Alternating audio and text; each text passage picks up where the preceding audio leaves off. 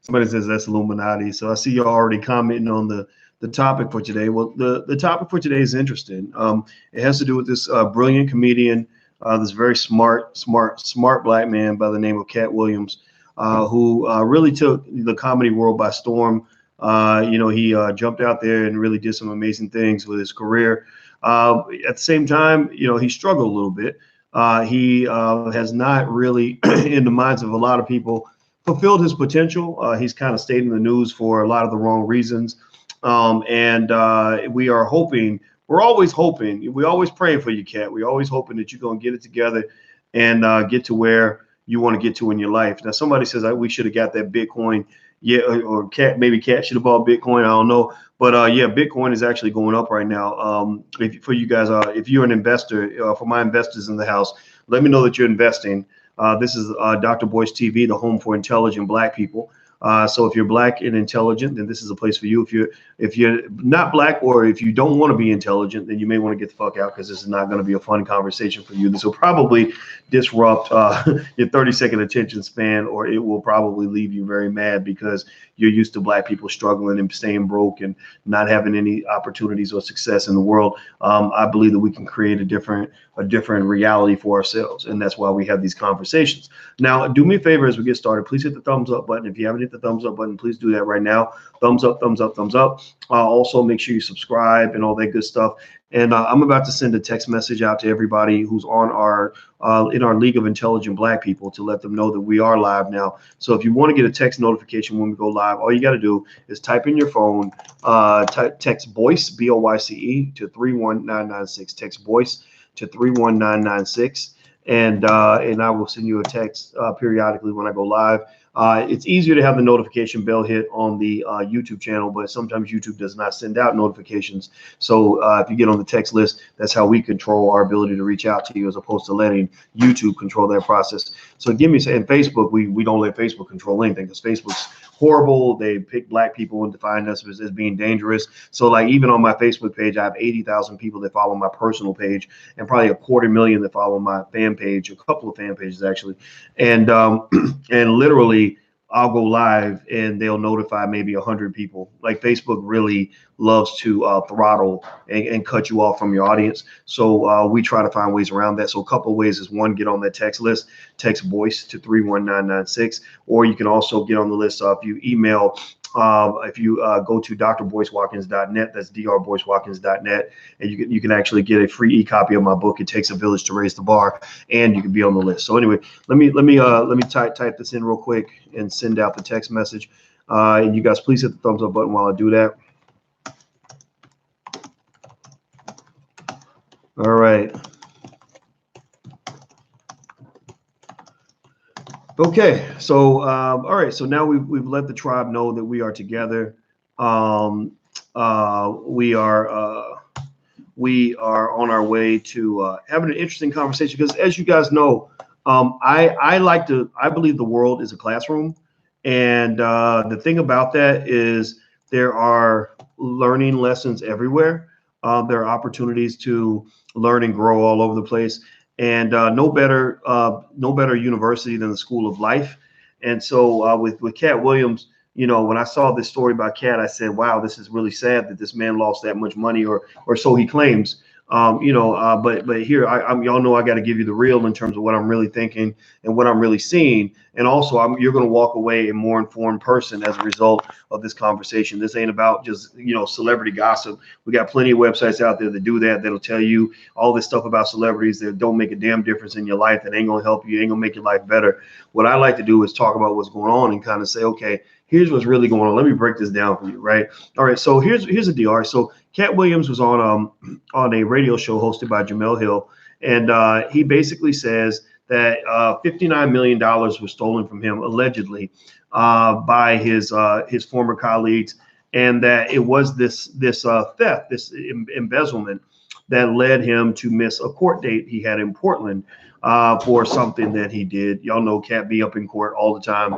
for anything, for whatever reason. So anyway, Katt says that his friend stole his money, and that it was an ongoing issue involving the Department of Justice and the IRS.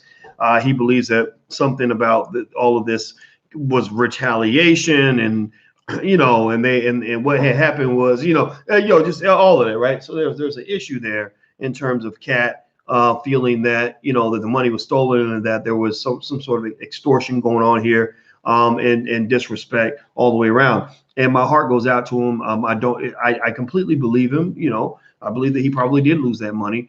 So this is not about whether Katt has the credibility or not. This is about sort of looking at this sort of thing and understanding this. First thing I'm going to tell you is this. Look, here's the deal.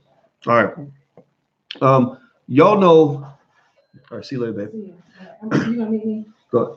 Yeah. I'll hit you out. Go out there so I can see you. Okay. All right. All right. So here's the deal. Y'all know Katt got an issue, right? Y'all know Katt got issues, right? He's got issues with drugs. And then I'll hear people say, well, no, he doesn't. It's not the drugs that cause him to act crazy. It's the bipolar or whatever, bipolar disorder. Well, the thing is, mental illness and drugs go hand in hand. Mental illness can lead to self-medication. Extensive drug use can throw off the chemical imbalance in your brain, right? So it's not uncommon. It's not surprising to me when you tell me somebody's been smoking crack for 25 years and now they got a mental health issue. I mean, come on, like it ain't like one doesn't connect to the other, right? Now, I'm not trying to sit here and say that Katt deserves any of this. I'm not saying that Katt caused this. I'm not saying Katt is lying. I'm saying that when you live your life in a certain kind of chaotic way, you're gonna have outcomes that are the product of chaotic shit. You're just gonna have it. You're gonna, if you go out and get drunk, and I had an uncle who used to go get drunk or whatever, and he would go and pass out in the alley somewhere where he didn't know where he was at after he'd been at the strip club all night or whatever, and then he'd be like, "Man, I got robbed. I met Cardi B last night. It wasn't Cardi, but it was like a Cardi B type one. And that bitch took all my money. She took my whole paycheck, and we would kind of laugh it off. We'd be like, yeah, well, I mean, you were passed out. You were living your life the way you lived it.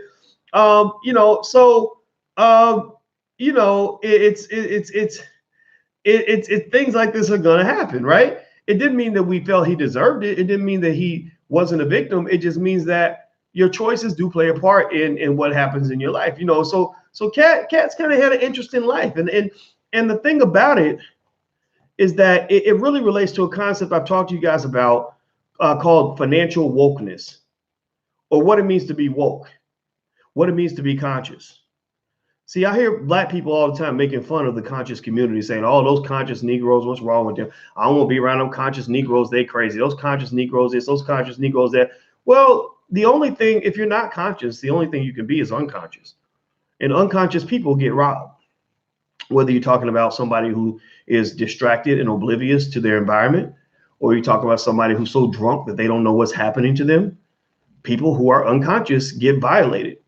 So my point here is to say, if you are consistently in love with the drugs, in love with the alcohol, all of that, then you're unconscious a lot. You're distracted a lot. Yeah, there are a lot of opportunities to rob an unconscious person. Drunks get robbed in the alley all the time because they passed out and don't know who's in their pockets.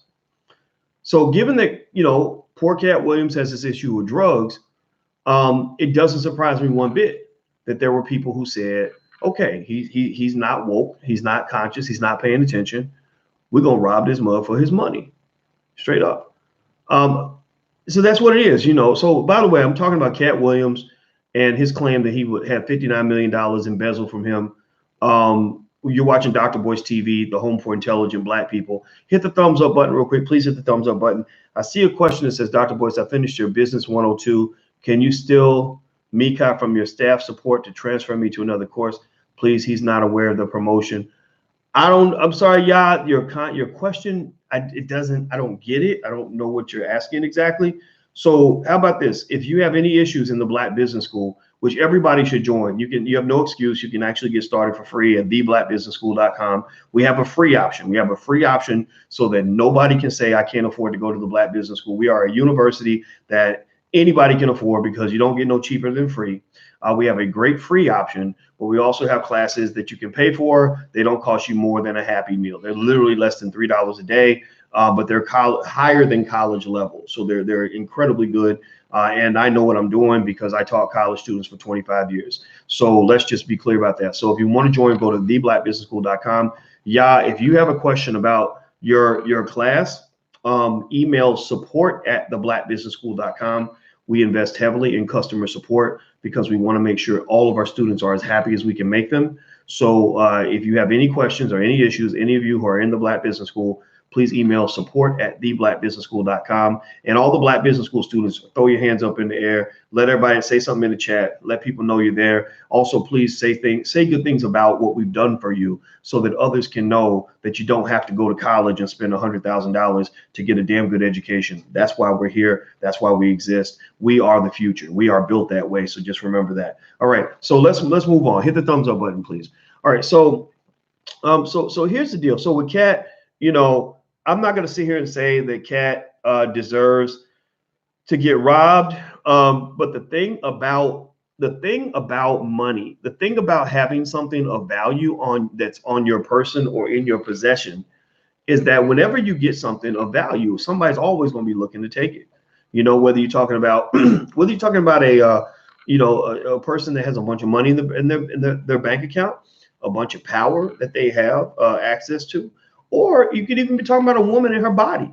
It's tough to be a woman because you got to walk around with something connected to you that's worth quite a lot. You know what I mean? I don't know if that even sounds right, me saying that, but y'all know what I'm talking about. Y'all know that there are men out there that want what you got, and you got to protect that, right? So ultimately, when you got something other people want, you have to be careful. You have to be woke. You got to be like, what's going on? Who's that? What's happening?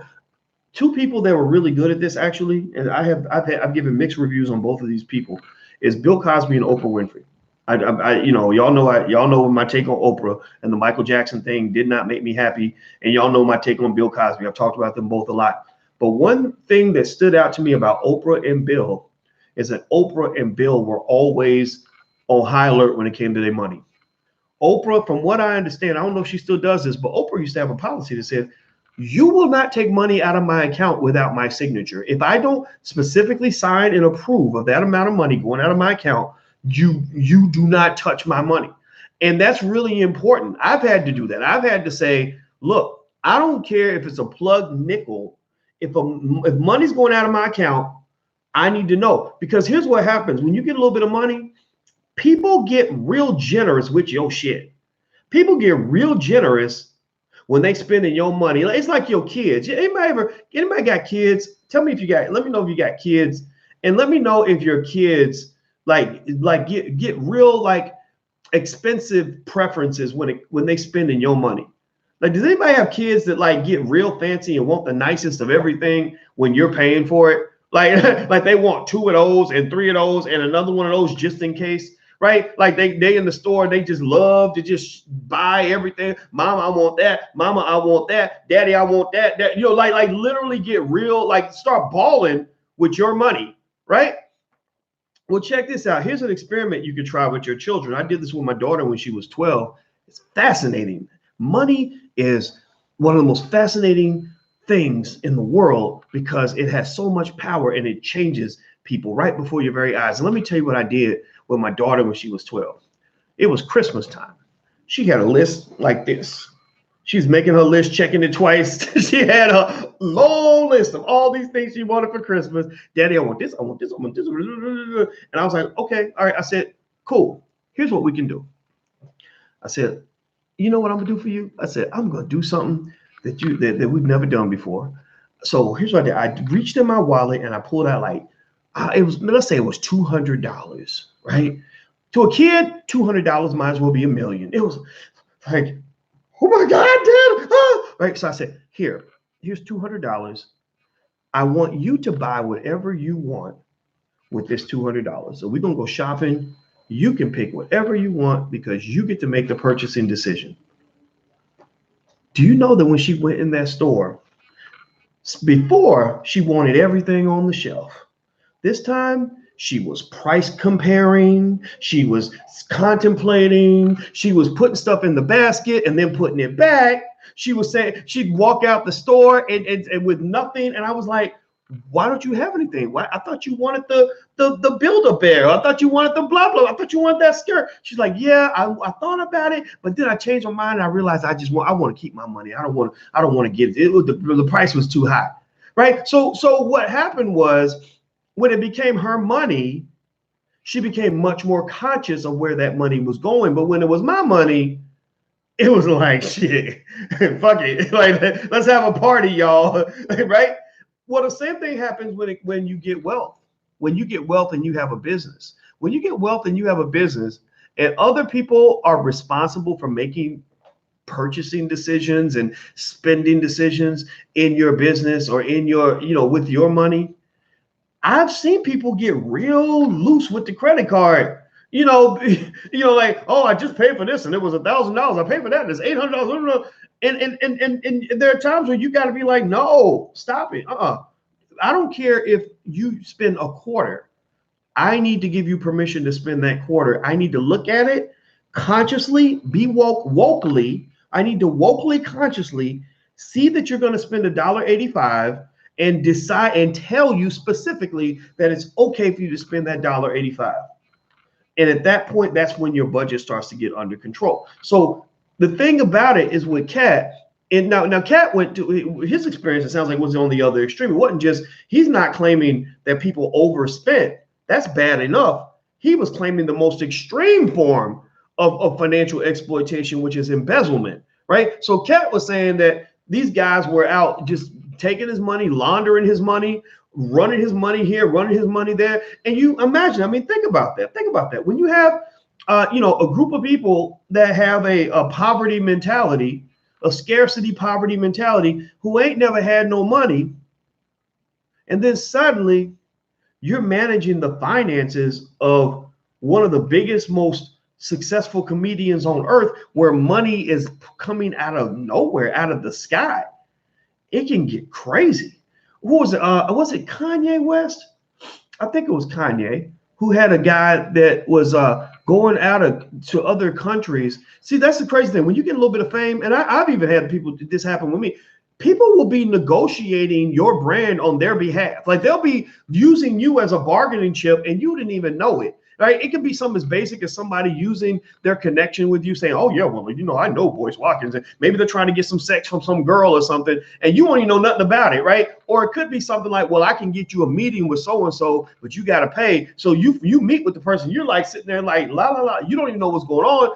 And then they're like, yeah, well, I had to pay so-and-so to get a meeting with you. And I'm like, they didn't tell me nothing about it, right? So that kind of embezzlement happens all the time. And it doesn't just happen to multimillionaire celebrities. It happens to small business owners on a regular basis, especially if you have a cash-based business. If you, LeVar Ball, that's another good example. Thank you, Dimitri. Yes, LeVar Ball, another great example, right? When you even if you have a small business, it can happen to you. I can't even imagine somebody having $100 million or $50 million worth of opportunities flowing through the door every year. And the chaos that can occur there, right? So what I want to do is quickly, to help you, again, to make sure this isn't just a chatty patty conversation about Katt Williams or us counting his money. I wanted to start there as a template for what can happen when you don't put things in place. And then I'm gonna give you a quick list of ways you can kind of prepare yourself, protect yourself, and avoid these issues. Do me a favor, take 1 second, please. Please hit the thumbs up button. You're watching drboycetv.com, the home for intelligent Black people. Don't forget that we are on iTunes and SoundCloud. So if you go to iTunes or SoundCloud, either one of those apps, you can download the podcast and listen to the podcast on iTunes and SoundCloud. Also, if you want to check out like our financial flashcards for children and all that stuff, our financial workbooks for children, you can go to financialworkbooks.com or financialflashcards.com. We invented those workbooks and flashcards just for Black children, because we're in the middle of what we call Project 2070, which is that we believe by the year 2070, the Black community can be the most financially literate, financially sophisticated, financially advanced group of people on the planet, right? But there's a process there, and somebody's got to push us in that direction, and that's one of the things I want to do. All right, so hit the thumbs up button. Let me give you 10 ways to prevent employee theft and fraud or any form of embezzlement. Basically, this site is score.org. That's the site that this article came from.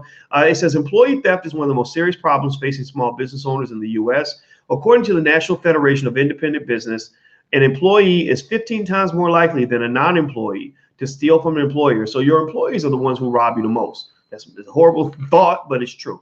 And employees account for an estimated 44% of theft losses at stores. The U.S. Department of Commerce reports that nearly a third of business failures are related to employee theft or fraud. So a third of all businesses fail because somebody done stole your money. Did y'all? I mean, think about that. That's crazy, right? So imagine how many great black businesses died because somebody went in and robbed the piggy bank. Happens all the time. It is what it is. They said business owners are rightly concerned, or should be. Employee misdeeds take many forms.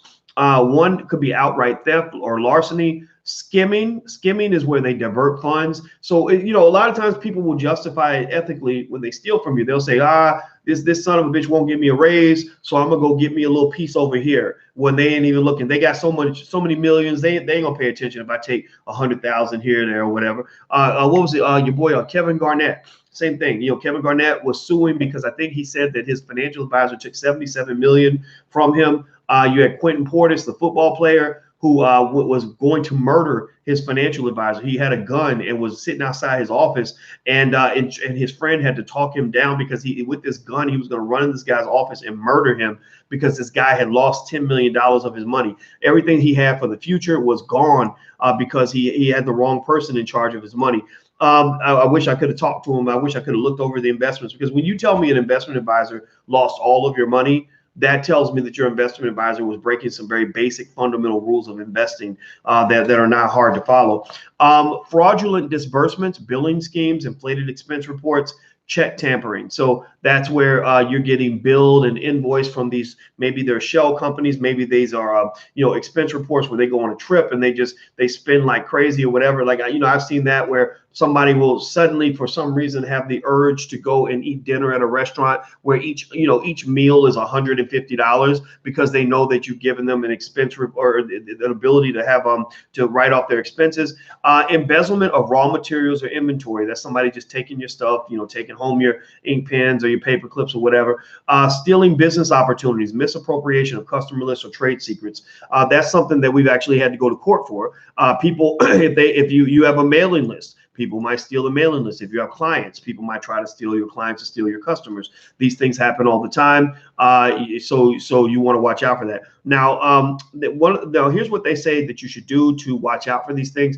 First thing is know your employees. Be alert to key indicators such as sudden or apparent devotion to work or working late. So suddenly they just want to work late. They want to be there extra hours after everybody else is gone. You got to watch out for that. Lifestyles that exceed their salary level. So if somebody's living well above their means, if they're living a big high lifestyle and you know that they only making this much, but they living like that, you got to be thoughtful about that.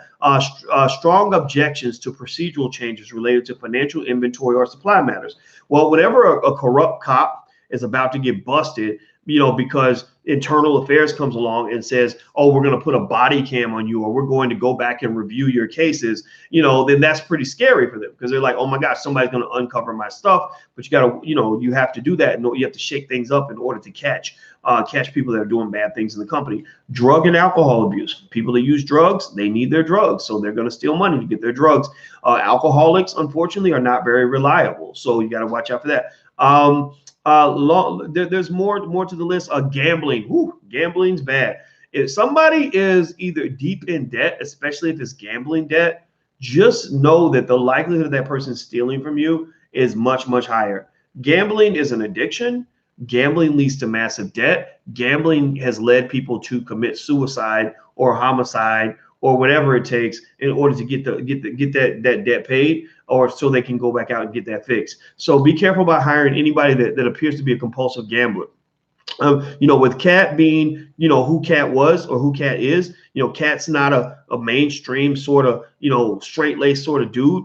Katt he was living the life. He was hanging with people like Suge Knight. So I would imagine that the people that Katt had in his circle that are running his business might have been people that could have possibly fit in one of these categories. I'm not stereotyping, but a lot of times apples don't fall far from the tree. So we tend to hang out with people that remind us of ourselves on some level. So I'm wondering who Katt had in his circle that caused this to happen. The second thing they said you could do is supervise employees closely. They said studies show that when the supervisor is lax, theft and fraud rates go up. So basically people rob you when you're not looking. I remember talking to Damon Dash about that actually, and we were talking about something business related. And Damon is a great guy, in the sense that he has a great sixth sense and stuff like that. And that was one of the things I remember Dave saying. We were talking about a specific business deal and a specific person by the name of Tony White. And Damon said, and the reason I mentioned Tony's name is because I think Damon had a weird situation with him, but I don't know nothing about it, and I ain't gonna talk about it. But I asked him about the guy, and he said people rob you when you ain't looking. So you always got to be looking.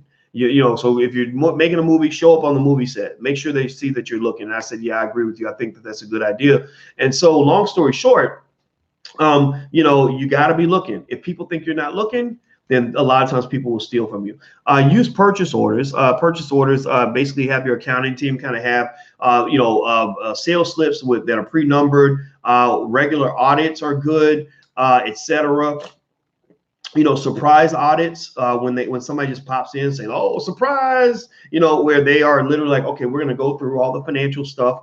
Usually having one person who's kind of doing all your financial stuff from inception to completion is not a good idea, because that person can create an internally driven ecosystem that puts money in their account and nobody else knows about it because there's nobody else they have to report to. You don't want to do that. You don't want to have your finances being managed just by somebody who's the only person who understands everything that's going on. They mentioned installing computer security measures.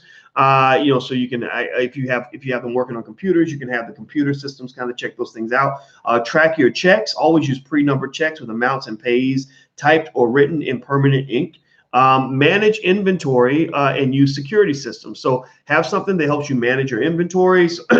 In fact, every year somebody should go in and physically count your inventory to make sure everything's there that's supposed to be there, so nobody's just putting numbers on paper. The Chinese had that issue with back before China became an economic superpower. China used to have these farmers and these village leaders fill out these reports talking about what the harvest was this year, how many seeds they planted, how many crops they had, and the reports were all bogus. They were all bullshit, and they would send them all to the government, and the government they literally made decisions based on this horrible data.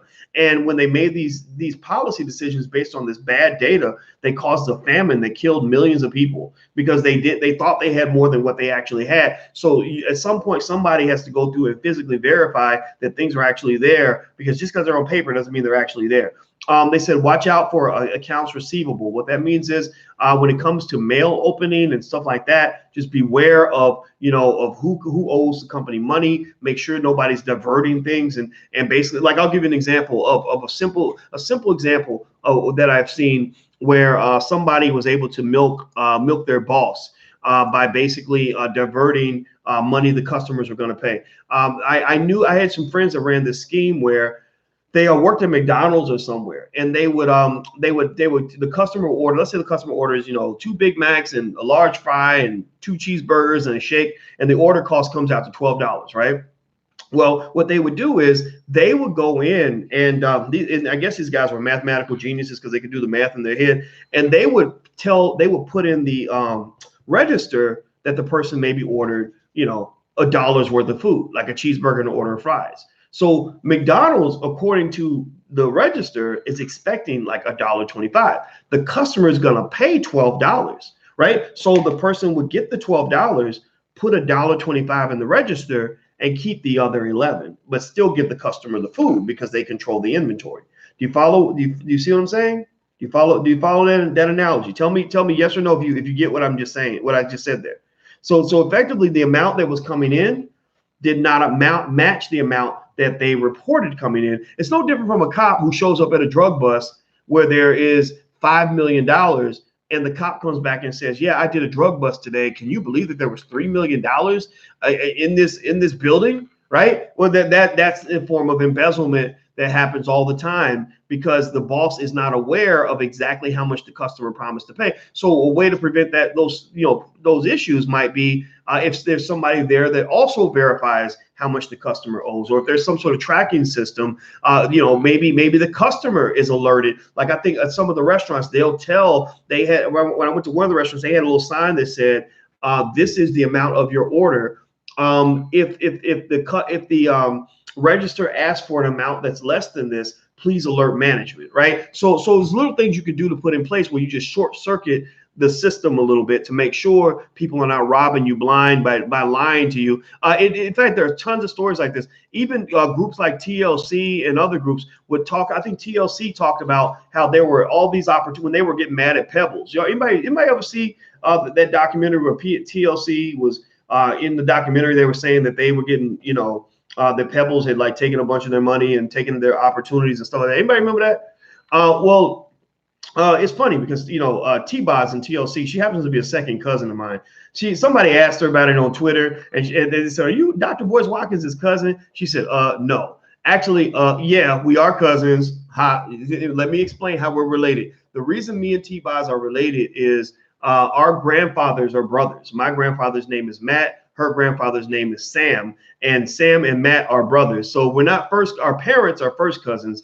She and I are second cousins, just in case you want to know. Anyway, but TLC also happens to be one of the greatest girl groups in the world. Actually, there's another great girl group I love as much as TLC in Philadelphia called the Royal Mix, but they're like little girls and they're really, really good. So you should check them out too. Anyway, let's keep going. So basically what TLC was saying was they were saying, look, Pebbles was getting we were getting all these offers, these opportunities, these book deals, movie deals, all stuff. And Pebbles was like, well, I get to decide if the girls are going to, want this deal or not. And Pebbles would be like, what am I going to get out of it? That's what they're claiming. That's what they claimed. Again, this is this he say, she said, but that was their argument, right? Because the person who is actually the guardian and the gatekeeper gets to make a lot of decisions before the main person actually even knows what's going on, right? So that's what they were saying was happening. That happens in business all the time, and it is what it is. Last but not least, they said that lay out a way for employees to report theft or fraud by coworkers. They said you have to do it carefully to make sure your employees don't feel like you don't trust them, because you can actually get sued for that. But basically, maybe just tell people like, hey, look, if you come out and you tell us what's going on, then we will. We'll reward you, or we'd like to know what's happening. Like, let us know. Like the door's open, right? So ultimately, long story short, this sort of embezzlement happens all the time. I wasn't surprised when I found out that Katt Williams had been embezzled, or had so much money embezzled from him. I think that when you kind of have these situations where people that are getting millions of dollars and they didn't grow up in a culture or around people that really knew how to manage millions of dollars, they end up in these chaotic situations. Either it's a mess with because the thing with Katt, it sounds like he wasn't just having an issue with the dudes who allegedly robbed him. He's also having a problem with the IRS, right? And those are problems you just really don't want to have because they're very complicated, very difficult to get out of. So I would almost say for sure that if you do become super famous and you do get a chance to suddenly run up on millions of dollars, pick people that you trust. Get people around them that know what they're doing, and don't just have one person that's kind of handling all of that. What was it? Shaquille O'Neal, I feel like he did a decent job when it came to money. Shaq, when he got to the NBA, his mother was the primary person in terms of managing everything that was going on with him financially and business wise. His mother, I believe, was his first employee, and he also did a lot of really smart things like. I remember him playing for the Lakers after he'd left the Magic. He played for the Magic maybe 2 or 3 years, something like that. And then he went to the Lakers, and he was playing for the Lakers and said, I'm still living off the money that I made when I played for the Magic. In fact, when he got his salary from the Magic, I think he would give his mother like almost all the money, but he would keep a bunch of money for himself, like maybe $1 million a year or $500,000 or whatever, which was enough for him to just ball out and have fun. But his mother was taking care of everything else. And that's all you really have to do. An NBA player, you can spend like an idiot and still be financially secure. But the problem is that you had some guys like Antoine Walker who just didn't know when to stop. There's nothing that says you have to spend $1 million a month. Like, that's absolutely ridiculous. But you could maybe spend $100,000 a month, live extremely well, and really be ridiculous with your money, buy any sort of fancy car you want, and still be financially secure. So long story short, Shaq, I think, was a person that seemed to apply a lot of solid economic principles. In fact, I don't know if you guys know that Shaq actually owns 10% of the Five Guys franchise, from what I read. All the Five Guys restaurants, which are really good, they have really good food. I think Shaq owns 10% of that. So that's damn near a black-owned business. I mean, not completely, obviously, but 10%, that's a pretty big chunk of a major corporation. And I believe Shaq makes far more money now than he made while he was playing sports. And Kevin says Antoine had a gambling problem. Yeah, and also when I was at University of Kentucky with Antoine, a lot of the conversation was that Antoine could not read, or that either that he couldn't read or he read on like a third grade level. And so it's not like I couldn't have predicted some of this 20 years ago. 20 years ago, I mean, when I was a grad student, I was pretty smart. I was teaching college students over 20 years ago. And I remember as a grad student hearing, some of the stories and being very concerned about Antoine. But the problem is when those white folks get a hold of you and you're a black male athlete, they don't give a shit about your future. They don't care about your family. They don't care about your community. They just want to use you and milk you so they can win that next championship. And then when you sitting there broke and struggling and back in the projects, and you've broken so many hearts and disappointed so many people and disappointed yourself and destroyed your legacy of black wealth that's supposed to last for the next 10 generations, they don't care. They're nowhere to be found. Because I guarantee you that as broke as Antoine was, I bet you his manager isn't broke. I bet you his agents aren't broke. I bet you the lawyers that got money out of him aren't broke. I bet they're doing fine. Their children are going to Harvard. Their wealth is being transferred to the next generation and the generations beyond. A person that plays in the NBA, anybody who plays in the NBA should have a family that is set up for the next 5 generations. If your family ain't good for the next 5 generations, then you have failed. Because you did not put your money in a position where it's supposed to grow. You did not protect the blessing that God gave you. God blessed you by making you 6'8", 240 pounds, and you threw that blessing right out the door. You spit in the face of your children, your grandchildren, and your great-grandchildren, because now they got to struggle and suffer and start off in poverty because you didn't handle your shit. I have zero tolerance for that. It makes me very, very sad. I don't want to yell at people when they do that because, you're young, you make mistakes, things happen, but we can't just keep on making the same damn dumb mistakes and then act like white people did it. Did no white people force any of these guys to make some of the terrible decisions that they made? I'm sorry. It just stop that. Just stop it. If you're going to take credit for the good things you do, you don't give white people credit for the great things you do in your life. So why are you going to give them credit for all the dumb shit you do? No. Own it. If you're going to own the good shit, own the dumb shit. And we as black people have to start acknowledging and owning our dumb shit, period, including me. Now, I'm not even taking myself out there. I've done dumb shit. You've done dumb shit. If you've ever done dumb shit, raise your hand. Everybody in here who's ever done something stupid that embarrassed themselves and embarrassed their family, go ahead and confess. Come up to the altar and confess that I am a dumb motherfucker. If that, confess to me right now that you have done something stupid and embarrassing and made a horrible mistake. Go ahead and get that. Let's lay that on the table so we're not getting judgmental. We're not judging people and telling them like, oh, you're bad and we're perfect. No. Ain't nobody perfect. Everybody's stupid at some point. Everybody makes a mistake at some point. The question is, are you learning from your mistakes, and are you growing from those mistakes, and are you trying to grow and trying to get better and trying to move forward? We all fall short of whoever we're trying to be. We all fall short of the glory of God. That's what the pastors say, and it's true. You all fall short of the glory of Black America. You all fall short of the glory of everything that you're supposed to be as a Black person in this world. But you cannot accept constantly falling short and then acting like that's supposed to be business as usual. No, you work to get better. You learn from your mistakes and you make better decisions. Why? Now, it ain't because you want to do necessarily just what's best for you. It's because you got people depending on you. You got people depending on you. As a parent, I can't keep on stumbling and falling short every time, because then the babies suffer, because I'm not trying to be the man that I know I need to be. So all I'm just trying to tell you and convince you to do is be the person you're supposed to be. That's it. That's my own call. Be who you're supposed to be, because they need you.